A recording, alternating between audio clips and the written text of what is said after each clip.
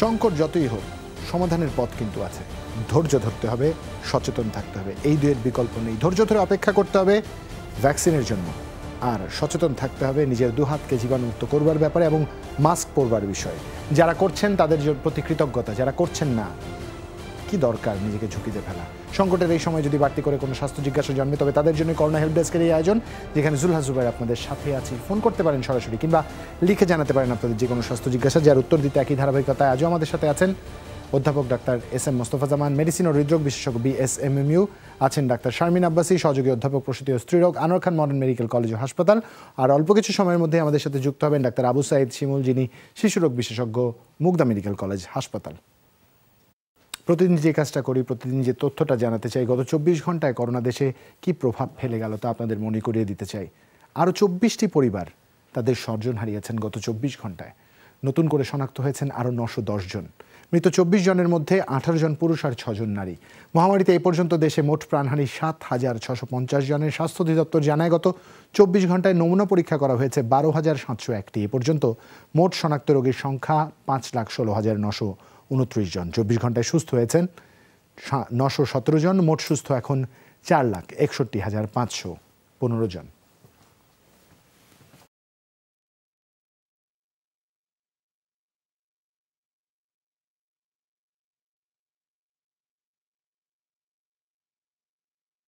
দর্শক, প্রতিদিন যে আহ্বানটা আপনাদের জানাই তা হচ্ছে এই যে জীবাণুনাশক কিংবা যে কোনো জীবাণুনাশক কিংবা সাবান পানি দিয়ে হাত জীবাণুমুক্ত করার কথাটা কিন্তু একদমই ভোলা যাবে না। তাতে করে আপনি নিরাপদে থাকবেন, নিরাপদে থাকবে আপনার আশেপাশের যারা আছে, কিন্তু আপনার স্বজন, গুণীজন, প্রিয়জন, যাদের কথাই বলি। একজন প্রশ্ন করেছেন অলরেডি, মানিকুল ইসলাম আমাদের প্রশ্ন করেছেন তার স্ত্রীর জন্য, যার বয়স 25 বছর, সে 12 সপ্তাহের গর্ভবতী এবং প্রথম অবস্থায় গর্ভাবস্থায় এটি তার। ডাক্তার সার্জেল 20 মিলিগ্রাম সকালে রাতে 1 মাস দিয়েছে, ফলিটা রাতে একটা দিয়েছে 1 মাস, অ্যালিজেস ট্যাবলেট প্রতিবেলায় একটি করে দিয়েছে 2 মাস খাওয়ার জন্য। এটা খাওয়ার 7 থেকে 8 দিন পর থেকে ওর হাতে পায়ে ফুসকুড়ি বের হয়েছে, এখন রাতে খুব চুলকোচ্ছে। সমাধান চেয়েছেন, আমরা সমাধানের অপেক্ষায় থাকলাম, কারণ ডাক্তার শারমিন আব্বাসী আমাদের সাথে এই মুহূর্তে বিচ্ছিন্ন হয়েছেন সংযোগটি। তিনি আমাদের সাথে যুক্ত হওয়া মাত্রই আমরা আবার প্রশ্নের উত্তরটা নিব। আর একজন দর্শক আমাদের ফোন দিয়েছেন, দর্শকের ফোনটি নিতে চাই। দর্শক, আপনার নাম এবং বয়স বলে প্রশ্ন করুন। জি দর্শক, আপনার বাচ্চা প্রিমেচুয়ার হয়েছিল তো এখন। আপনার নামটা বলতে হবে আপা। হ্যাঁ, বাচ্চার নাম ইব্রাহিম। আপনার কি নাম? জান্নাতুন। জান্নাত আপা। হ্যাঁ, বাচ্চা ইব্রাহিমের কি হয়েছে, বয়স কত ওর? ও তো প্রিমেচুয়ার হয়েছিল, যখন হয়েছিল তখন ওর ওজন ছিল 1.5 কেজি। আচ্ছা। এখন ওর ওজন 5 কেজি। আচ্ছা। আর ওর এখন গায়ে দেখা যাচ্ছে ছোট ছোট বিচির মতো বের হয়েছে। ওর বয়স কত? ওর বয়স 4 মাস। 4 মাস। 4 মাসে 1.5 কেজি থেকে ও এখন 5 কেজি এসে পৌঁছেছে। পার হয়ে গেছে, মানে এই মাসে 5 তারিখ আসলে 4.5 মাস হবে। আচ্ছা, 5 তারিখ আসলে 4.5 মাস হবে, তাই তো? হ্যাঁ। আচ্ছা, ফুসকুড়ি আর কি কান্নাকাটি করে? ও তো হওয়ার সময় ওর শ্বাসকষ্ট ছিল। আচ্ছা। আর হলো মানে ওর শ্বাসকষ্ট ছিল, তারপর বাচ্চার মুখে খেতে পারতো না। আচ্ছা। তখন ওকে নল দিয়ে খাওয়ানো হতো। আচ্ছা। পরে আবার ওখানে এনআইসিইউ ভর্তি ছিল বাচ্চা 6 দিন থাকার পরে 10 দিন ওখানে আমরা ছিলাম। তারপরে বাসায় নিয়ে আসছি ওই দিন ওই নল খাওয়া আসছিল, বাচ্চার শ্বাসনালীতে মানে খাবার চলে গেছিল, বাচ্চা নীল হয়ে গেছিল কয়েকবার। ওহো, তারপর 7 বার। তারপরে আবার ওই দিনই আমরা সিলেট ওএসিসে ভর্তি করাইছিলাম। যাই হোক, আল্লাহর রহমতে বাচ্চা এখন ভালোই আছে, কিন্তু সারা গা ওর বিচির মতো, ঘামাচির মতো। এটা কি শীতের কারণে? এটা শীতের। বাচ্চা কি কান্নাকাটি করছে অস্বাভাবিক ভাবে নাকি স্বাভাবিক আছে? না, বাচ্চা স্বাভাবিক আছে, খেলাধুলা করে। আচ্ছা, সব স্বাভাবিক আছে। আর জানতে চাচ্ছিলাম যে ওর ওজনটা কি এখন ঠিক আছে? আচ্ছা, 4.5 মাস বয়সে ওর 5 কেজি ওজন। ডাক্তার আবু সাইদ শিমুল, ওজন ঠিক আছে কিনা, গায়ে ফুসকুড়ির মতো হয়েছে? যে আসলে ওর কি জ্বর আছে কিনা বা সর্দি কাশি এমন কিছু? ওর জ্বর, সর্দি কাশি বলতে একটু ঠান্ডা লাগছে। আচ্ছা। আপনাদের কারো বাড়িতে জ্বর এসেছিল কিনা এর মধ্যে? জি, আপনাদের বাড়িতে কারো জ্বর এসেছিল? না না, কারো জ্বর আসেনি। আচ্ছা, ঠিক আছে। আচ্ছা, ওকে বুকের দুধ খায় না ফর্মুলা মিল্ক খায়? খায়, বুকের দুধ খায়। জি জি, আসলে আমরা বুঝতে পেরেছি, আপনাকে ধন্যবাদ আসলে প্রশ্ন করার জন্য। প্রথম কথা হচ্ছে, এই সময় একটা নবজাতক যখন জন্ম হয় স্বাভাবিকভাবে অনেক ধরনের উৎকণ্ঠা রয়েছে। আপনি সেই জন্য অনেকগুলো কিন্তু পয়েন্ট বলেছেন। বোঝা যাচ্ছে আপনি স্বাভাবিকভাবে একটু উৎকণ্ঠিত, বাচ্চাকে নিয়ে চিন্তিত। প্রথম যে উৎকণ্ঠা আপনার দূর করতে চাই সেটা হচ্ছে, জন্মের সময় তার ওজন ছিল 1.5 কেজি, এখন 4.5 মাস বলছেন যে ওজন 5 কেজি। ওজন কিন্তু খুবই ভালো আছে। সেটা আপনাকে প্রথমে এই দিক থেকে একটু স্বস্তি দিতে চাই। যখন ওজন কম থাকে, আমরা এই অনুষ্ঠানে আরো বলেছি যে 1800 গ্রামের কম হয়ে গেলে কিন্তু সেটা কিন্তু আসলে খুবই একটা নাজুক অবস্থায়। সেই অবস্থা থেকে যে আপনার বাচ্চা এই এত ভালো অবস্থায় এসেছে, সেটা আমরা আল্লাহর কাছে একটা শুকরিয়া আমাদের সকলের। তখন কিন্তু এইসব বাচ্চাদের সাকিং রিফ্লেক্স, যেটা আমরা বলি যে বাচ্চা চুষে খাওয়ার ক্ষমতাটা থাকে না বলেই আসলে নল দিয়ে খাওয়ানো হয়। কিন্তু এত কম ওজনের বাচ্চার ক্ষেত্রে আপনার সমস্যা আমরা সমাধান দিব, কিন্তু আর কিছু কিছু জিনিস কিন্তু দেখতে হবে। যেহেতু সে এনআইসিইউতে ছিল, ওজন কম ছিল, সেই সব ক্ষেত্রে আমরা নিউরোলজিক্যাল এক্সামিনেশন করতে বলি। একজন যদি শিশু নিউরোলজি বিশেষজ্ঞ পান খুবই ভালো হয়। সেটা সম্ভব না হলে একজন শিশু বিশেষজ্ঞের কাছে গিয়ে কিন্তু একটু নিউরোলজিক্যাল তার গঠন ডেভেলপমেন্টাল এটা ঠিক আছে কিনা সেটা দেখতে হবে। তার চোখও কিন্তু এক্ষেত্রে পরীক্ষা করাতে হবে। কিন্তু এখন রুটিনলি সারা বাংলাদেশে আমরা বলছি, এত কম ওজনের বাচ্চা যদি যারা এনআইসিইউ তে লাগে তাদের ক্ষেত্রে কিন্তু আমরা চোখ পরীক্ষা করাটাও কিন্তু ম্যান্ডেটরি। সুতরাং আপনি একজন চক্ষু বিশেষজ্ঞের কাছে যাবেন, চোখটা পরীক্ষা করাবেন, আর যদি সম্ভব হয় একজন শিশু নিউরোলজি বিশেষজ্ঞের কাছে গিয়ে বাকি সবকিছু দেখবেন। তার কানে শুনতে পায় কিনা বা অন্যান্য ডেভেলপমেন্ট গুলি ঠিক আছে কিনা সেটা কিন্তু দেখতে হবে। সেটা হচ্ছে আপনার প্রতি একটা বিনীত অনুরোধ। আর এখন যেটা বলছেন ছোট ছোট ফুসকিরি, এটা হয়ে থাকে যে অনেক সময় বাচ্চারা কিন্তু অনেক বেশি ঘামে, অনেক কাপড় দিয়ে দেওয়া হয়, আবার অনেক সময় পাউডার তেল এগুলি থেকেও হতে পারে। অ্যালার্জি জনিত এবং ঘাম থেকে এটা হয়। আপনি এখন যেটা করবেন, যদি অল্প কিছু জায়গায় হয়ে থাকে স্ক্যাটার, সেই সব জায়গায় টোপিকট এই ক্রিমটা আপনি দিনে 3 বার ব্যবহার করতে পারেন। আর এই সাথে সাথে আপনি সিনামিন, এই সিরাপটা সিনামিন 1.5 ml, অর্থাৎ 3/1 চামচ, এটা যদি 3 বার একটু ব্যবহার করেন, বাকি সরিষার তেল বা অন্য কোনো প্রসাধনী এখন ব্যবহার করবেন না। আবার নিয়মিত একটু যদি গোসল করেন এবং বুকের দুধটা চালিয়ে যান, ইনশাল্লাহ আপনার বাচ্চা ভালো হয়ে যাবে। ধন্যবাদ আপনাকে ডাক্তার আবু সাইদ শিমুল। প্রফেসর মোস্তফা জামানের কাছে চলে যেতে চাই আমরা। প্রফেসর মোস্তফা জামান আপনার কাছে একজন প্রশ্ন করেছেন, মূলত তার মায়ের জন্য প্রশ্ন করেছেন। তিনি লিখছেন তার মায়ের এর আগে 2টো অপারেশন হয়েছিল। আমাদেরকে কাভিয়া লিখছেন তার মায়ের জন্য 2টো অপারেশন হয়েছিল, তার বয়স 40 বছর। অপারেশনগুলো হচ্ছে অ্যাপেন্ডিক্স এবং দ্বিতীয় অপারেশনটি ইউটেরাসের। তিনি ডায়াবেটিস ওষুধ সিটাজিল M50/500 ER এবং প্রেশারের জন্য ডুওপ্রেস 5/40 খাচ্ছেন। গ্যাস্ট্রিকের সমস্যা আছে, গ্যাস্ট্রিকের জন্য ওষুধ খান অমিপ্রাজল। তার শরীরের ডান হাত পা সহ ডান পাশের গিরায় গিরায় ব্যথা করে। তার ডায়াবেটিস নিয়ন্ত্রণে থাকলেও উচ্চ রক্তচাপ রয়েছে। তিনি ডায়াবেটিসের জন্য সিটাজেলের কথা লিখেছেন, আমাদের খাচ্ছেন, সমাধান চেয়েছেন। তার রক্তচাপ 160/100। জি, ধন্যবাদ। আসলে তিনি খুব সুন্দর করে গুছিয়ে লিখেছেন তার মার জন্য, এবং রক্তের চাপ কিন্তু বেশি, যেটি জুবায়ের বলছিলেন। আমরা তার জন্য প্রথমে বলবো যে ওষুধটি তিনি খাচ্ছেন ডুওপ্রেস, তার উচ্চ রক্তের জন্য, এই ওষুধটি কিন্তু খারাপ নয়, ভালো। তবে যেহেতু পুরোপুরি নিয়ন্ত্রণ হচ্ছে না, আমরা বলবো আপাতত দুটি কাজ করতে পারে। একটি যে ডুওপ্রেসের পরিবর্তে যে ওষুধটি খাচ্ছেন অ্যারবিটাল AM, ARBITL-M, এটি 5/80, সামান্য একটু আমরা বাড়িয়ে দিলাম। এর সঙ্গে বিসলল 2.5, এটি সকালে খাবে, আগের ওষুধটি রাতে খাবে। আর বিসলল প্লাস 2.5 এটি সকালবেলা খাবে, তাহলে তার প্রেশার নিয়ন্ত্রণে আসবে। ডায়াবেটিস যে ওষুধ খাচ্ছেন সেই ওষুধটিও খুব ভালো। যদি তার HbA1c এটি 6.5% এরকম রাখতে পারি আমরা 3 মাসে যে ডায়াবেটিস কর, তাহলে এই ওষুধটি চলবে। যদি দেখি না এর চেয়ে বেশি থাকে পরীক্ষা করার পরে, তাহলে আমরা সঙ্গে অনেক সময় ওষুধের যুক্ত করতে পারি। তবে যেহেতু তার ভালো আছেন আশা করছি, এবং এই মুহূর্তে তার সমস্যা গিরায় গিরায় ব্যথা, তার জন্য নিশ্চয়ই আমরা সাময়িকভাবে বলি যে একটি বাত ব্যথার ওষুধ খাবার জন্য ক্যাপসুল ইন্ডোমিট এসার, এটি যে কদিন ব্যথা থাকবে সে কদিন খাবেন। তার পরবর্তীতে সময়ে আমরা একটি ভিটামিন ডি ট্যাবলেট দিয়ে থাকি, যেমন ভিটামিন ডি রাইস, এটি 40,000 ইউনিট প্রতি সপ্তাহে একটি খাবেন। অনেক সময় সঙ্গে ক্যালসিয়াম দিই, আর একটু এক্সারসাইজ আমরা করতে যদি সম্ভব হয়। আর 2টি অপারেশন তিনি করেছেন, আসলে সেটি সার্জিক্যাল সমস্যার জন্য হয়তো ইমার্জেন্সি তিনি করিয়েছিলেন। আশা করছি তিনি ভালো থাকবেন। তবে তার সার্জিক্যাল যে সমস্যা, তার সাথে বর্তমানে এই সমস্যাটা বেশি নেই, কারণ তার বয়স মাত্র 40। তবে পরবর্তীতে হাড়ের কিছু সমস্যা হতে পারে। আশা করছি তিনি এখন থেকে শরীর ঠিক রাখেন, এক্সারসাইজ করেন, সুষম খাদ্য খান এবং ডায়াবেটিসকে নিয়ন্ত্রণ রাখেন, উচ্চ রক্তচাপ নিয়ন্ত্রণ রাখেন, তাহলে তিনি ভালো থাকবেন। লবণ জাতীয় খাদ্য কম খাবেন এবং খাদ্যাভ্যাসে ডায়াবেটিক খাদ্য খাবেন। হাঁটাহাঁটির পরিমাণ আমরা বলি একটু করতে হবে, এক্সারসাইজ করতে হবে, নইলে কিন্তু ভবিষ্যতে তার সমস্যা হবে। তবে তার জন্য শুভকামনা রইল, তিনি যদি এই রোগগুলোকে নিয়ন্ত্রণ রাখতে পারেন তাহলে আমরা বলবো যে কোনো রোগী আসলে ক্ষতি করতে পারে না যদি খাদ্যাভ্যাস, ওষুধের নিয়ন্ত্রণ করেন এবং জীবনের ছন্দ মেনে চলেন। আশা করছি তিনি ভালো থাকবেন, তার জন্য শুভকামনা রইল। ধন্যবাদ আপনাকে এস এম মোস্তফা জামান। একজন দর্শক আছেন আমাদের সাথে ফোনে, ফোনটি আমরা নিতে চাই। দর্শক আপনার নাম এবং বয়স বলে প্রশ্ন করুন। জি দর্শক, আপনার নাম এবং বয়স বলে প্রশ্ন করতে হবে।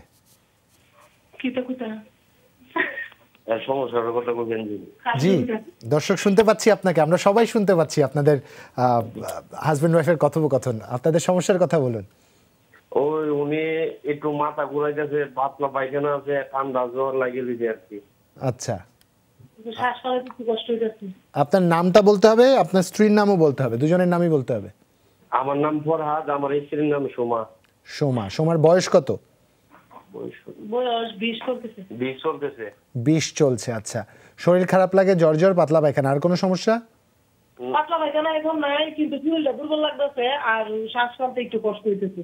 শ্বাসটা টানতে একটু কষ্ট হচ্ছে, আর অন্য কোনো সমস্যা নেই তো? না, অন্য কোনো সমস্যা নাই। আর শরীরটা কাঁপতেছে, মানে দুর্বল লাগতেছে শরীরটা, মানে একটু কাঁপুনি চলে আসছে। আচ্ছা, তারপর আবার থামে যায়, তারপরে শ্বাসটা টানতে একটু কষ্ট হচ্ছে। কতক্ষণ হয়নি, আবার কতক্ষণ ভালো। আচ্ছা, কিছু সময় শ্বাসকষ্ট হচ্ছে, কিছু সময় শ্বাসকষ্ট হচ্ছে না। এটা মাঝে মধ্যে প্রায় সময় হয়, টেনশন করে। জ্বর কতদিন ধরে আপনার? এটা মাঝে মধ্যে হয়। মানে শ্বাসকষ্ট কি আগে হতো আপনার? না না, শ্বাসকষ্টের কোনো সমস্যা নাই ওর থেকে। এই যে শ্বাস টানতে যে কষ্ট হয়, এমনি কোনো শ্বাসকষ্টের সমস্যা হতে নাই। তাহলে শ্বাস টানতে কষ্ট হচ্ছে বললেন যে? অ্যালার্জি আছে কিনা? অ্যালার্জি সমস্যা লাগে, দুর্বল হয় আর কি। কোনো কিছু অ্যালার্জি আছে? অ্যালার্জি তো নাই। আচ্ছা, ওনার অ্যালার্জিও নেই। আমরা যতখানি বুঝেছি আমরা ঠিক সেখান থেকে উত্তর দেওয়ার চেষ্টা করব। প্রফেসর মোস্তফা জামান, আপনি উত্তর দিবেন, তবে তার আগে একটু ডাক্তার শারমিন আব্বাসীর কাছে একটি প্রশ্ন ছিল। মানিকুল ইসলাম করেছিলেন তার স্ত্রীর জন্য, যিনি 12 সপ্তাহের গর্ভবতী এবং প্রথম তার এটি গর্ভাবস্থায় আছেন। সার্জেল 20, ফলিটা 5, অ্যালিজাস ট্যাবলেট প্রতি বেলা একটি করে 2 মাস খাচ্ছেন, কিন্তু এটা খাওয়ার 7 থেকে 8 দিন পর থেকে হাত পায়ে ফুসকুড়ি বের হচ্ছে, রাতে খুব চুলকাচ্ছে। করণীয় কি জানতে চাচ্ছেন আপনার কাছে ডাক্তার শারমিন আব্বাসী? আচ্ছা, আমরা আমাদের গর্ভবতী মায়েদের সাধারণত দেখি যে প্রেগন্যান্সির সময় কিন্তু কারো কারো এই ধরনের অ্যালার্জির প্রবলেমটা হয়, এবং শীতকাল যখন আসে, উইন্টারে এই ধরনের প্রবলেম অনেকের বেড়ে যায়। অর্থাৎ তেমন কোনো কিছু ওনার হচ্ছে কিনা বা ওনার আগে এরকম হতো কিনা শীতকালে, সেটি আসলে দেখার বিষয় আছে। কারণ যে ওষুধগুলো উনি খাচ্ছেন, এই ওষুধগুলো খুব সেফ, এই ওষুধগুলো প্রেগন্যান্সিতে সহজেই ব্যবহার করা হয়, এবং এগুলোর জন্য আসলে এই ধরনের কোনো ধরনের এফেক্ট আসলে ওনার হওয়ার কথা না। তারপরে যদি এরকম প্রবলেম হয়, আমরা বলবো যে কিছু অ্যালার্জির ওষুধ আছে যেটা প্রেগন্যান্সিতে খুব সেফ।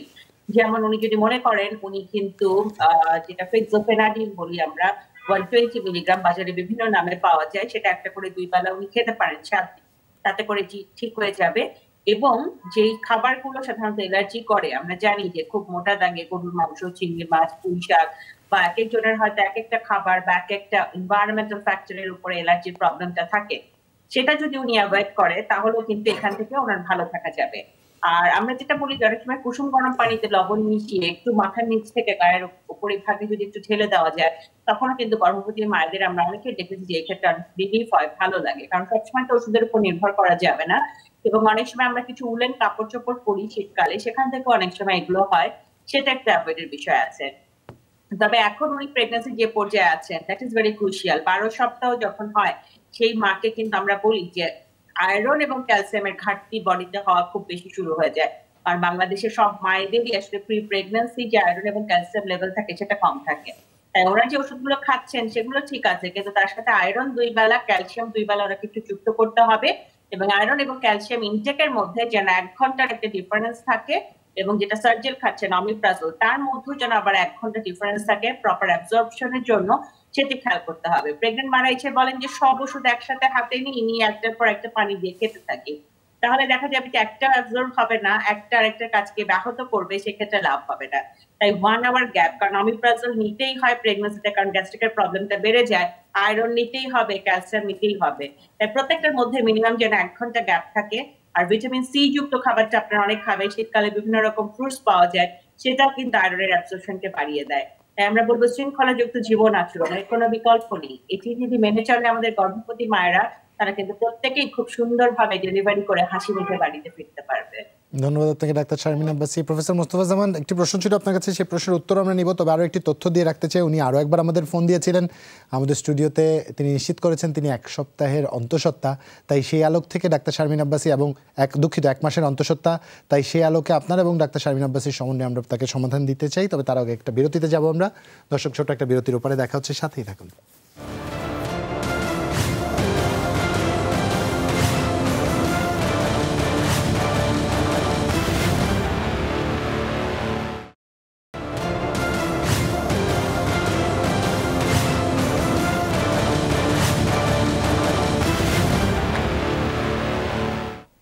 বিরতির পর আরও একবার স্বাগত। দেখছেন Corona help desk, Zulhas Zubair আপনাদের সাথেই আছে। আর আমরা পরামর্শ দিই প্রতি মুহূর্তে যখনই সম্ভব হবে জীবাণুনাশক দিয়ে হাত জীবাণুমুক্ত করে নিয়ে, আর তাতে করে আপনি নিরাপদ থাকবেন। আমরা একজন দর্শক আমাদের ফোন দিয়েছিলেন, সোমা, তিনি তার কিছু সমস্যার কথা বলেছিলেন, সেই সমস্যার সমাধান জানতে চাই। ডাক্তার শারমিন আব্বাস এবং প্রফেসর মোস্তফা জামান, আপনাদের দুজনের সমন্বয়েই সেই উত্তরটা দিতে চাই।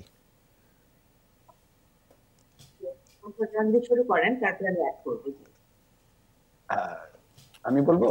হ্যাঁ, প্রফেসর মোস্তফা জামান, আপনি শুরু করতে পারেন। ধন্যবাদ। আমি যতটা শুনেছিলাম তার আসলে তিনি প্রেগনেন্সি বর্তমানে আছেন এবং তার সঙ্গে কিছু শ্বাসকষ্টের সমস্যা ছিল এবং কিছু সমস্যার কথা বলেছিলেন, যেগুলো কিন্তু আমরা বলবো কি তিনি যেহেতু গর্ভবতী এবং বাড়িতে নতুন অতিথি আসতে এক ধরনের উদ্বেগ, উৎকণ্ঠা এসব থাকতেই পারে, এবং তার যে উপসর্গগুলো তিনি বলেছিলেন তার সাথে কিন্তু আমরা দেখছি যে এই ধরনের উপসর্গের কিছুটা মিল আছে। বেশিরভাগ উপসর্গ কিন্তু আমরা দেখেছি যে বড় কোনো রোগের সাথে, হৃদরোগ অথবা শ্বাসকষ্ট, তার সাথে সম্পর্ক পাচ্ছি না, যেটি আসলে মাঝে মাঝে বলছেন শ্বাসকষ্ট আবার সবসময় হচ্ছে না, একই রকম দেখেছেন বুকে ধক করে হয় বা এরকম কোনো একটা ঠিক ব্যাখ্যা করতে তিনি পারছেন না। সাধারণত প্রেগনেন্সিতে আমাদের কাছে অনেকে এরকম সমস্যা নিয়ে আসে, আমরা কিছু পরীক্ষা করে দেখি যে বেশিরভাগ পরীক্ষাতেই ভালো থাকে, কিন্তু রোগীদের বা আমরা দেখি যে যারা প্রেগনেন্সিতে আছেন এই ধরনের কিছু উপসর্গের কথা বা সমস্যার কথা বলে থাকেন, যেগুলো আসলে আমরা বলি যে রিঅ্যাকশন দিতে পারে যে আপনার বড় কোনো সমস্যা নয়, আপনি ভালো হয়ে যাবেন। তো প্রেগনেন্সির জন্য আপনার যে গাইনোকোলজিস্ট বা অবস্টেট্রিশিয়ান আছেন তার সাথে যোগাযোগ রাখবেন। যদি নতুন কোনো উপসর্গ হয় আমাদের সাথে যোগাযোগ করবেন, আমরা আবার দেখবো। অনেক সময় থাইরয়েড বা লেভেলগুলো আমরা দেখে থেকে পরীক্ষা করে একটি ইকোকার্ডিওগ্রাফি করতে পারি, তবে আমরা কখনো এক্সরে করি না প্রেগনেন্সিতে সাধারণত, যদি বড় ধরনের কোনো সমস্যা না হয়। আর যদি অ্যালার্জি থাকে, যে কথা বলছিলাম, যে গরম পানি ভাব নিবে, ইমার্জেন্সি যদি শ্বাসকষ্ট হয় আমরা একটি ইনহেলার দিয়ে থাকি, অ্যাজমাসন ইনহেলার, তবে বেশি ওষুধ না দেবার চেষ্টা করি। কারণ কি আমরা বলি গর্ভবতী অবস্থায় ওষুধ যত কম খাওয়া যায় তত ভালো, শুধু জরুরি ওষুধগুলো যেগুলো দরকার সেগুলো খাবেন, অযথা ওষুধ অ্যাভয়েড করতে পারলে ভালো হয়। আমি মনে করি যে তার সমস্যাগুলো আমাদের মেডিসিনের সাথে বড় যে রোগ, যে ধরনের উপসর্গ হয়ে থাকে সেরকম নয়। যদি খুব বেশি কষ্ট থাকে আমরা মাঝে মাঝে কিন্তু ওষুধ দিব, তবে আমি এই ধরনের যেহেতু তুমি গর্ভবতী অযথা ওষুধ দিয়ে ভারাক্রান্ত করতে চাচ্ছি না। শুধুমাত্র আমরা বলবো তাকে আত্মবিশ্বাস রাখতে হবে এবং যেসব ওষুধ ইতিমধ্যে দিয়েছেন তাকে চিকিৎসকরা বিশেষ করে ক্যালসিয়াম যেগুলো দিয়ে থাকেন, আমাদের শারমিন আব্বাসী বলে থাকেন, তার যে দরকার যেগুলো ওষুধগুলো সেগুলো খাবেন। অযথা ওষুধ আমি দিতে চাচ্ছি না। আবার বলি শুধুমাত্র আত্মবিশ্বাস, জীবনের ছন্দ মেনে চলবেন, নিজের যত্ন নেবেন, তাহলে আপনার গর্ভস্থ শিশুর যত্ন নেওয়া হবে। মনের মধ্যে আপনাকে বিশ্বাস রাখলে আপনার সমস্যাগুলো বেশিরভাগ কেটে যাবে বলে আমি বিশ্বাস করি। ধন্যবাদ প্রফেসর মোস্তফা জামান। ডাক্তার শারমিন আব্বাসী। হ্যাঁ জুবাইর, উনি আসলে আমি শেষে বললাম এই কারণে যে উনি প্রশ্ন করেছিলেন যখন উনি গর্ভবতী, এটা বলতে উনি ভুলে গিয়েছিলেন, উনি শ্বাসকষ্টটাকে উনি বেশি প্রায়োরিটি দিচ্ছিলেন, ওইটাই আমি আসলে পরে বলছি। তো এখানে আসলে যেটি হয়েছে যে আমার কাছে মনে হচ্ছে কোথাও যেমন যথেষ্ট বলে ফেলেছেন, সবকিছু করার একটা কিছু বলারও থাকে না আমাদের, কিন্তু একটি জায়গায় কি কিন্তু অনেক সময় আর্লি প্রেগনেন্সিতে অনেকের বমি লাগে, বমি হয়, অ্যাসিডিটির প্রবলেমটা হয়, ওটাকেও না অনেকে আমাদের কাছে এভাবে ডিসক্রাইব করেন যে তার কত মনে হচ্ছে যে এক ধরনের শ্বাস নিতে কষ্ট, খাবার খেতে কষ্ট, এই জিনিসগুলো হয়। তো আমি বলছি যে সেরকম কোনো কিছু হচ্ছে কিনা যে খাবার খেলে তার সাথে এটা রিলেটেড হয় কিনা ভাবে, যদি সেটা হয় তাহলে সিম্পল প্যান্টোপ্রাজল, এটা প্রেগনেন্সিতে খুব সেফ, বা ডম্পোরিজেন জাতীয় ওষুধগুলো যেটা খেলে কিন্তু এই ধরনের প্রবলেম গুলো ঠিক হয়ে যায়। অনেকে বলে হার্ট বার্ন করে, সেটাকে অনেকে শ্বাসকষ্ট হিসেবে প্রেজেন্ট করে। আর ওনার আগে থেকে কোনো ধরনের অ্যাজমা বা ক্যারিয়ার কোনো প্রবলেম ছিল কিনা সেটাও যদি তিনি নিজে ইভালুয়েশন করে নেয়, তাহলে হয়তো সেই অনুযায়ী আমার একজন মেডিসিন বিশেষজ্ঞ কোনো ডাক্তার হতে পারে। আমাদের আজকে আসলে সিম্পল ফলিক অ্যাসিড জিঙ্ক, এটার উনি অ্যাকশন নেবেন এবং নিয়ম কানুন মানবেন, যেমন বলেছেন আর প্রয়োজন হলে হয়তো স্টিম ইনহেলেশন নাকে নিতে পারেন, সেটা হয়তো ওনাকে আরেকটু হেল্প করতে পারে। এর বাইরে আসলে এই মুহূর্তে আর কোনো কিছুর প্রয়োজন আছে বলে মনে হচ্ছে না। ধন্যবাদ আপনাকে ডাক্তার শারমিন আব্বাসী। নাফিসা হোসেন লিখছেন তার সন্তানের জন্য, যার বয়স 6 মাস 20 দিন, কয়েকদিন ধরে নাক বন্ধ বন্ধ, নর্সল ড্রপ এবং কুসুম গরম পানিতে লবণ দিয়ে ড্রপ দিয়ে দিচ্ছিলেন। নাক ক্লিন হয়ে যাচ্ছে, বাট 2-3 দিন ধরে ব্রেস্ট মিল্ক খেতে সমস্যা হচ্ছে, আর খাওয়ার টাইম থেকে নাকে ঘর ঘর সাউন্ড করে, মনে হয় নাক ভর্তি পানি, বাট নাক ক্লিন, হালকা খায়। ব্রেস্ট মিল্ক খাওয়ার টাইমেও রাতে শীতের মধ্যেও মাথা ঘেমে যায়। সমস্যার সমাধান চেয়েছেন ডাক্তার আবু সাইদ শিমুল। আপনাকে ধন্যবাদ। আসলে অনেকগুলো প্রশ্ন আপনি করেছেন বা জিজ্ঞাসা। আপনার প্রথমে আপনি ধন্যবাদ যে আপনি নর্সল ড্রপ কিংবা লবণ পানিতে যে ড্রপটা দিয়েছেন, এটা কিন্তু খুবই ভালো বাচ্চাদের জন্য। কিন্তু আমরা প্রথম থেকে যেটা করতে হবে, আজ থেকে 8-10 বছর আগে যে লবণ পানির ড্রপ বা এই একটা দ্রবণ তৈরি করে নাকে দিতে বলতাম। এরপর বিভিন্ন ফার্মাসিউটিক্যালস কোম্পানিগুলি নর্সল এই ধরনের ড্রপ আনলো। দুটো কিন্তু একই জিনিস। আপনি যদি লবণ সামান্য একটু কুসুম গরম পানিতে কয়েক চিমটি লবণ দিতে পারেন, তাহলে নর্সলের বাড়তি আসলে প্রয়োজন হবে না। এটা কিন্তু খুবই সেফ বাচ্চাদের এই বয়সে। আপনি 7-8 বারও দিতে পারেন। প্রতিবার দুধ খাওয়ানোর পরে যদি একটু দেন, দেখবেন যে বাচ্চা খুব আসলে উপকার পাবে। এরপরে যদি দেখেন যে না, নাকটা বন্ধ হয়ে আসে, তাহলে আফরিন 0.25%, এটা খুব অল্প সময়ের জন্য দিবেন। 1 ফোঁটা করে 2 নাকে দিনে 3 বার, 5 থেকে 7 দিনের বেশি একেবারেই দিবেন না। আর এরপরে যদি একটু নাক ভেজা ভেজা মনে হয়, আপনি সিনামিন এই সিরাপটা 3 ভাগের 1 চামচ দিনে 2 বার আপনি 5 থেকে 7 দিন দিবেন। কিন্তু আপনি আরেকটা প্রশ্ন করেছেন, ঘেমে যায় কিনা। আপনার এই অনুষ্ঠান অনেকবারই বলেছে, কিন্তু এই বয়সে বাচ্চারা এই শীতের সময়ে ঘামবে, এটা নিয়ে একদমই দুশ্চিন্তা করবেন না। ধুলাবালি থেকে দূরে রাখা, মশার কয়েল সব থেকে দূরে রাখা, এবং নিয়মিত একদিন পর পর গোসল করা, এবং বুকের দুধটা যদি আপনি নিয়মিত খাওয়ান, ইনশাআল্লাহ আপনার বাচ্চা পুরোপুরি ভালো হয়ে যাবে। ধন্যবাদ আপনাকে ডাক্তার আবু সাইদ শিমুল। ডাক্তার শারমিন আব্বাসী, আপনার কাছে একটি প্রশ্ন আছে। প্রশ্নটা আমার কাছে খুব গুরুত্বপূর্ণ মনে হয়েছে, কারণ একজন কিশোরী দর্শক আমাদের, দুঃখিত, একজন দর্শক আমাদের ফোন দিয়েছে এবং কিশোরী বয়সের বেশ কিছু সংকটের কথা জানতে চেয়েছে। যদিও তার বয়স 23 বছর, তার বাড়ি কিশোরগঞ্জে। তাকে অনেক সময় বলে যে প্রাপ্তবয়স্ক মেয়েরা দড়িলাফ খেললে তাদের জরায়ুতে সমস্যা হয়, কিংবা খেলাধুলা করলে তাদের রিপ্রোডাক্টিভ সিস্টেম ক্ষতিগ্রস্ত হয়। সেক্ষেত্রে তিনি জানতে চেয়েছেন এটা কি আসলেই বাস্তবিক কিনা, টিনেজারদের ক্ষেত্রে, তাদের ক্ষেত্রে এটা আসলেই কোনো সমস্যা হয় কিনা, যদিও তার নিজের কোনো সমস্যা হয় না। জি জুবায়ের, আপনি তো করে উত্তর দিয়ে ফেলেছেন। এরপরে যেটি আমি এক্সপ্লেন করতে চাই যে জায়গাটিতে, সেটি হচ্ছে যে এই ধরনের কোনো ধরনের চিন্তা করার কোনো কারণ নেই। আমাদের কিশোরী মেয়ে যারা আছে, তারা এক্সারসাইজ করবে, তারা হাঁটবে, তারা খেলবে, তাদের এই ধরনের কোনো প্রবলেম হওয়ারই কোনো কথা নেই। আমার কাছে অনেকে কিন্তু এসএমএস করে, বা আমাদের করোনা হেল্প ডেস্ক এর আগেও এই রিলেটেড কথাগুলো ছিল, যেটা আমার চোখে পড়েছিল। অনেকে ভাবে যে সাইক্লিং করতে যে মেয়েদেরকে আমরা বলি, বা অনেকে বাসায় সাইক্লিং করে, সেই ক্ষেত্রে জরায়ুটি নিচে চলে আসার কোনো সম্ভাবনা আছে কিনা।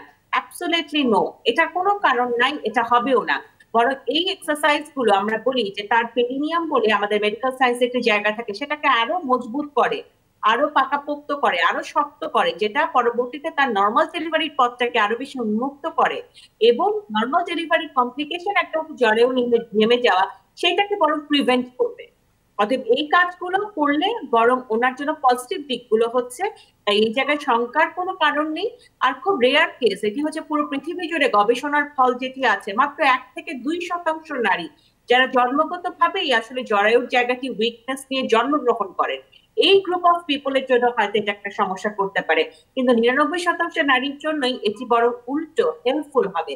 তাই আমরা বলবো যে এক্সারসাইজ, শৃঙ্খলাযুক্ত জীবন আচরণ, কিশোরী মেয়েরা এভাবেই আসলে এগিয়ে চলবে, এটি তাদের জন্য আমাদের শুভকামনা। ধন্যবাদ আপনাকে ডাক্তার শারমিন আব্বাসী। একজন দর্শক আছেন আমাদের সাথে ফোনে, আমরা ফোনটি নিতে চাই। দর্শক, আপনার নাম এবং বয়স বলে প্রশ্ন করুন। স্যার, আমি নজরুল ইসলাম পঞ্চায়েত থেকে। জি নজরুল ভাই বলুন। হ্যাঁ, আমার মা 55 বছর বয়স। আচ্ছা। আমার মা আজকে মানে মাথা ঘুরে পড়ে গেছিল। আচ্ছা। আমার মা আপনার মানে রংপুরে আমাদের বেস্টলন 5 ওষুধটা দিছে। আচ্ছা। ওষাটিল কারবা, তারপর আপনার সিলেবাস, জি সেটা আর এটাই। আচ্ছা, একটু আমাদের বলবেন ওনার ব্লাড প্রেশার কেমন থাকে? এই যে মাথা যে হুট করে ঘুরে পড়ে গেল, তার রক্তচাপের সমস্যা ছিল কিনা? নজরুল ভাই শুনতে পাচ্ছি না আপনাকে। আপনার মায়ের কি ব্লাড প্রেশারের নিয়মিত সমস্যা আছে কিনা, বা ব্লাড প্রেশার কেমন থাকে? হ্যাঁ, মানে প্রেশারটা আপনার ভালোই থাকে স্যার। ভালোটা কেমন থাকে একটু বলতে হবে আর কি, মাত্রাটা বলতে হবে। ওই দিন আপনার 27/12/2020 মানে ইয়াতে গেছিলাম, রংপুরে গেছিলাম, ওই দিন ছিল আপনার 190/95। 190/95? জি। এটা ভালো থাকা বলছেন আপনি? 190/95 আপনি ঠিক বলছেন তথ্য? জি জি স্যার। আচ্ছা, বুঝতে পেরেছি। প্রফেসর কি ওষুধগুলো খায় আপনার নাম বলবেন কি? আমি নামগুলো জানতে চাচ্ছি, ওষুধগুলোর নাম কি পুরোপুরি বুঝতে পারছি না। হ্যাঁ, তার টল এই প্লাস ওষাটিল কি প্লাস ডেসলার বললেন আপনি? বিসলল স্যার, বিসলল। বিসলল, বিসলল, জি। হ্যাঁ, বিসলল। বিসলল প্লাস বিসলল, হ্যাঁ 5 প্লাস। আর ওষাটিল। ওসার্টিল। ওসার্টিল। গ্লুকোমেট। আর কি? গ্লুকোমেট স্যার। গ্লুকোমেট। হ্যাঁ। আচ্ছা, মেটফর্মিন। তার মানে নিশ্চয় ডায়াবেটিস আছে, গ্লুকোমেট যে হ্যাঁ, খাচ্ছেন ডায়াবেটিস আছে। ডায়াবেটিস আছে স্যার। জি। কারবা সিলেবাস। ওনার ডায়াবেটিসের মাত্রা কেমন থাকে? মাত্রা 9-10 থাকে স্যার। 9-10 থাকে। কোনো কারণে সুগার কমে যাওয়ার সম্ভাবনা হয়তো? কখন মাথা ঘুরে পড়ে গেছেন উনি? আজকে স্যার মনে করেন যে আপনার 3-3:30 সময়। 3-3:30 সময় মাথা ঘুরে পড়ে গেছেন? জি স্যার। আচ্ছা আচ্ছা, আরেকটা বিষয় আমাকে বলবেন যে তার ফ্রুলাক খাচ্ছেন, ওষুধের নাম বলছেন, পায়ে কি কখনো পানি এসেছিল কিনা? পায়ের সাথে পানি আসছিল না স্যার। আসেনি? এসেছিল? আসেনি? না স্যার। জি, আপনাকে ধন্যবাদ। আমি কি এখন উত্তর দিব? প্রফেসর মোস্তফা জামান, আমরা বিরতি থেকে ফিরে এসে উত্তরটা আসলে দিতে চাই। জি। দর্শক, ছোট একটা বিরতির ওপারে দেখা হচ্ছে, সাথেই থাকুন, ফিরছি।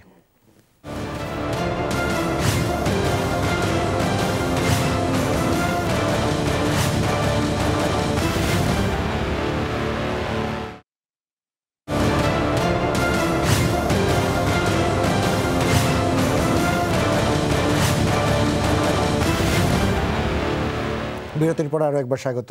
দেখছেন করোনা হেলথ, জুলহা জুবাইর আপনাদের সাথেই আছি। ধন্যবাদ দর্শক, আপনারা যারা ফোন দিচ্ছেন তাদের প্রতি অনুরোধ, দয়া করে অবশ্যই টেলিভিশনের ভলিউমটি কমিয়ে আমাদের ফোন দিবেন। আমাদেরকে স্বাধীন রায়হান প্রশ্ন করেছিলেন তার মায়ের জন্য, সেই প্রশ্নের উত্তর আমরা দেওয়ার চেষ্টা করব। প্রফেসর মোস্তফা জামান। আসলে প্রশ্নটি অনেক গুরুত্বপূর্ণ কয়েকটি কারণে। একটি হলো 71 বছরের একজন মহিলা যদি মাথা ঘুরে পড়ে যান, বেশ কিছু কারণে এই মাথা ঘুরে পড়ে যেতে পারে। এবং তার সাথে তিনি আরেকটি বিষয় যুক্ত করেছেন, রক্তের চাপ 190, সিস্টোলিক ডায়াস্টোলিক 95-কে তিনি বলেছেন স্বাভাবিক থাকে, যেটিও আমাদেরকে আসলে অত্যন্ত চিন্তিত করে ফেলেছে। অর্থাৎ তার জন্য আরেকটু বাড়তি যত্নের প্রয়োজন। আমরা প্রথমে বলবো যে কি কারণে এই বয়সে মাথা ঘুরে পড়ে যেতে পারে। প্রথম কথা হলো, যদি হঠাৎ করে এরকম প্রেশার যদি বাড়তি থাকে, যেটি কোনো স্বাভাবিক বলছেন 190 সাথে 95 যেটা বলছেন, এটি কিন্তু অনেক বাড়তি প্রেশার, এটির কারণে হতে পারে। দ্বিতীয় কারণ, তার ডায়াবেটিস আছে, গ্লুকোমেট খাচ্ছেন, যদিও তিনি বলেনি ডায়াবেটিস আছে। এটি রক্তের তার শর্করা লেভেল, গ্লুকোজ লেভেল কত সেটি জানা খুব প্রয়োজন ছিল। এবং তার বয়সজনিত কারণে অনেক সময় নারীর অনিয়মিত স্পন্দনের কারণে কিন্তু এ ধরনের সমস্যা হতে পারে। সেক্ষেত্রে বিসলল যে ওষুধটি খাচ্ছেন সেটি এই সমস্যাটিকে আরো বাড়িয়ে দিতে পারে। এর পরের যে ওষুধের জন্য যে সমস্যাটি বিসলল হতে পারে, আবার অনেক সময় ফ্রুলাক খাচ্ছেন, সেই ওষুধটির কারণে শরীর থেকে লবণ পানির তারতম্য ঘটিয়ে কিন্তু ইলেকট্রোলাইট ইমব্যালেন্স করে মাথা ঘুরে পড়ে যেতে পারেন। কিন্তু তার মানে বলছে এগুলো কিন্তু কার্ডিয়াক কজ, এবং এর সাথে ওষুধ কারণে যে সমস্যা হতে পারে। এছাড়া আমরা এই বয়সে চোখের কোনো সমস্যা আছে কিনা সেটি পরীক্ষা করতে বলি, কানের কোনো সমস্যা আছে কিনা সেটিও একটু দেখে নেবার জন্য প্রয়োজন বোধ করি। এখন আসছি আসলে তার করণীয় কি।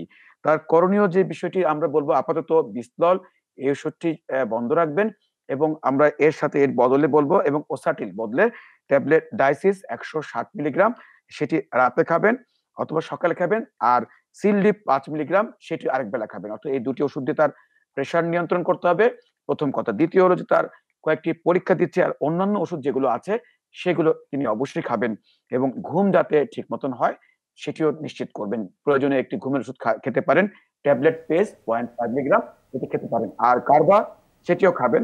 আর কিছু পরীক্ষা, যেমন সিবিসি হিমোগ্লোবিন লেভেল ঠিক আছে কিনা, ইলেকট্রোলাইট সোডিয়াম বা পটাশিয়াম লেভেল ঠিক আছে কিনা, ইলেকট্রোলাইট ইমব্যালেন্স আছে কিনা সেটি করতে হবে। সিরাম ক্রিয়েটিনিন এই পরীক্ষাটি করবেন।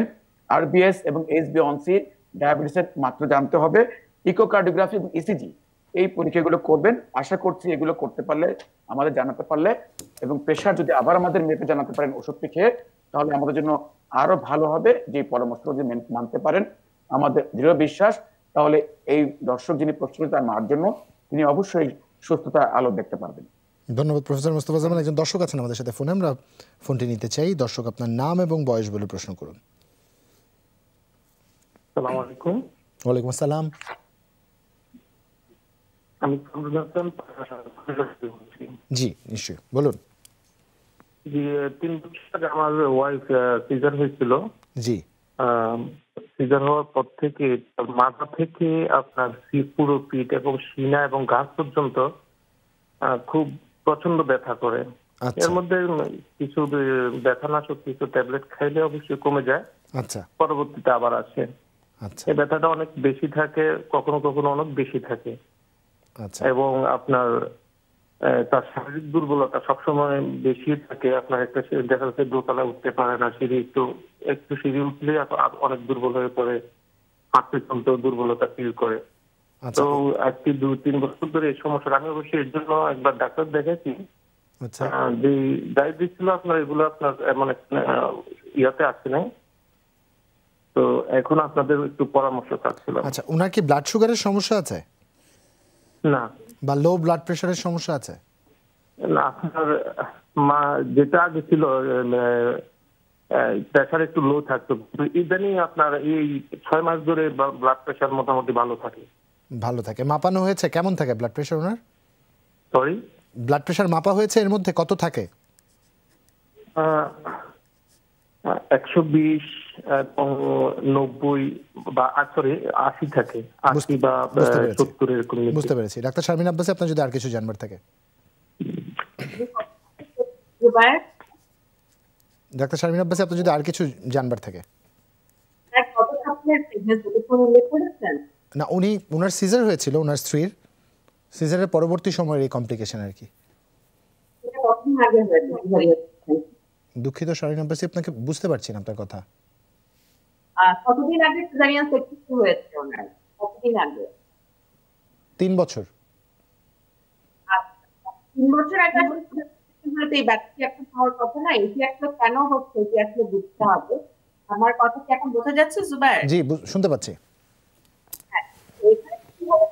আমরা সাধারণত দেখি এই ধরনের নারীদের যেতে হয় যারা স্ট্রেস থেকে রাতে ঘুম হয় না, ছোট বাচ্চা থাকলে সেখান থেকেও কিন্তু অনেকটা প্রেশার রাইজ করে। যদি দেখলেন যে প্রেশার নর্মাল আছে, তাহলে হয়তো ছোট কোনো সমস্যার কারণে কি হতে পারে, অথবা সার্ভাইভাল কিছু কারণেও কিন্তু কি হতে পারে যে ঘরে কি আমরা বলি যে সাইন্স থাকে বা আমাদের মেরুদণ্ড যে জায়গা থেকে থাকে সেই জায়গা থেকে সমস্যা হতে পারে। আমি মনে করি যে সেই হিসেবে একটা চিকিৎসাকে বেছে নেওয়াটা ভালো হবে। আর দুর্বলতা হিসেবে ফিল করছি যে হয় অনেক দেখা যায় যে ডেলিভারির পর মারা নিজেকে কথাই চলেছে তারা অনেকে হয়তো রক্ত শূন্যতার মতো সমস্যায় ভোগেন। সেখানে রক্ত স্বল্পতা বা রক্ত শূন্যতা এরকম কোনো সমস্যা আছে কিনা সেটি একটু দেখে নেওয়ার বিষয় আছে। ব্লাড সুগার লেভেল আপনি যতটুকু বললেন নরমাল, এবং থাইরয়েড হরমোনের কোনো সমস্যা আছে কিনা সেটাও দেখে নেওয়ার বিষয় আছে। অনেকে প্রথম না হলে অনেকের প্যালপিটেশন হয়, সেই প্যালপিটেশন থেকেও কিন্তু এই ধরনের সমস্যাটি হয়, অর্থাৎ নারী স্পন্দন বেড়ে যাওয়ার মতো একটা ঘটনা থাকে। এখন সবকিছু মিলিয়ে আমি বলবো যে একটু শৃঙ্খলার মধ্যে থাকা, একটু ওনাকে হেল্প করা, পরিবারের সবাই একটু মেন্টাল স্টেবিলিটি আনা, একটু ঘুমানো, বাচ্চাটাকে যদি অন্য কেউ রাখে, উনি একটু রেস্ট নেওয়ার যদি সুযোগ এবং সময়টি পায়, সবকিছু মিলে হয়তো এটা গ্র্যাজুয়ালি ঠিক হয়ে যাবে। আর ব্যথার জন্য উনি একটু রেস্ট দিতে পারে। আমরা বলি যে শক্ত বিছানায় যদি উনি শোয় সেটা ওনার জন্য একটু হেল্পফুল হতে পারে, অথবা মোস্তফা যেমন কিছু এক্সারসাইজ দেখিয়ে দেন, সেটা থেকে হয়তো পরিত্রাণ হবে যদি উনি একটু আমার সাথে অ্যাড করেন এখানে।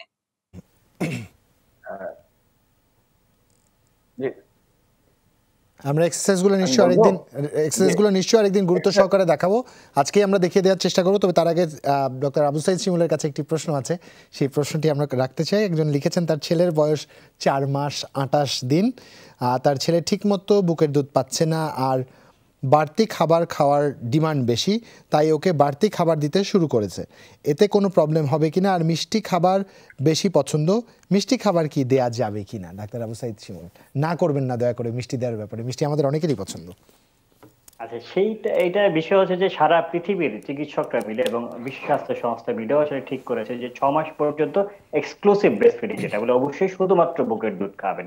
এটা দুটো সমস্যা হবে, আপনি যদি এখন খাবারটা দেন সেটাতে আমাদের খাবার হজম করার জন্য কিন্তু কিছু জিনিসপত্র রয়েছে, এনজাইম দরকার, সেই এনজাইম গুলো আর তৈরি হয়নি, সুতরাং ভালো করে খাবারটা তৈরি হবে না, হজম হবে না, সেজন্য সে শক্তি পাবে না এবং ডায়রিয়া হয়ে যেতে পারে। আরেকটা বিষয় যেটা আমরা সারা বিশ্ব জুড়ে এখন ইমিউনিটির কথা বলা হচ্ছে, রোগ প্রতিরোধ ক্ষমতা, আপনি শুধুমাত্র বুকের দুধ যদি 6 মাস পর্যন্ত, তাহলে সেই রোগ প্রতিরোধ ক্ষমতা যে পেত সেটা কিন্তু বাচ্চা পাবে না। বড় হলে দেখা যাবে, এখন কোনো সমস্যা না হলেও বড় হলে তার ঘন ঘন সর্দি, কাশি, জ্বর এগুলো লেগেই থাকবে। সুতরাং আমাদের বিনীত অনুরোধ হলো আপনি নিকটবর্তী চিকিৎসকের কাছে গিয়ে কিছু পরামর্শ নিন, কিভাবে পজিশনিং অ্যাটাচমেন্ট করতে হবে, কিভাবে বাচ্চাকে কোলে নিতে হবে, কিছু কিছু ওষুধও দিয়ে থাকেন, সেগুলো যদি আপনি একটু গ্রহণ করে আপনার দেখবেন যে বুকের দুধটা ঠিক মতো চলে আসে। আর অনেকে যেটা করে যে লালা পড়লে কিংবা ঘন ঘন কান্না করলে মনে করে যে খিদে লেগেছে, সেটা আসলে না, এই জিনিসগুলো একটু মানবেন। আর মিষ্টির কথা যেটা বলছেন, অনেকেই বলে থাকে যে বাচ্চার শুধু মুরগির মাংস খেতে চায়, সবজি খেতে চায়, এগুলো অভ্যাসের বিষয়। আমরা বলে থাকি সনাতন ধর্মের অনেকেই কিন্তু দেখা যায় নিরামিষ খায়, আমরা ইন্ডিয়াতে অনেকে দেখি তাদের বাচ্চাকে শুধুমাত্র মুরগির মাংস খায়। আমরা বাচ্চাদের শুনি যে সবজি খেতে চায় না, শাক খেতে চায় না, তাদের তো অন্য কোনো উপায় নেই। আপনি কিভাবে বাচ্চাকে বেড়ে উঠাবেন, তার খাদ্য অভ্যাস কি হবে, সেটা কিন্তু আপনাকেই ঠিক করে দিতে হবে এবং এইটাই কিন্তু রাইট টাইম সেটা তৈরি করার। সব রকম খাবারে তাকে অভ্যস্ততা করেন, তাহলে পরবর্তীতে গিয়ে তার কোনো সমস্যা হবে না। ধন্যবাদ ডাক্তার আবু সাইদ শিমুল। প্রফেসর মোস্তফা জামান, এক্সারসাইজটি আজ বাকি থাকলো, কাল আয়োজনের শুরুতে আমরা দেখাবো, একদম সময় নেই আমাদের হাতে। ডাক্তার শারমিন আব্বাসী, আপনাকে ধন্যবাদ। দর্শক আজ এখানেই বিদায় নিতে যাচ্ছি, সবাই ভালো থাকবেন, শুভরাত্রি।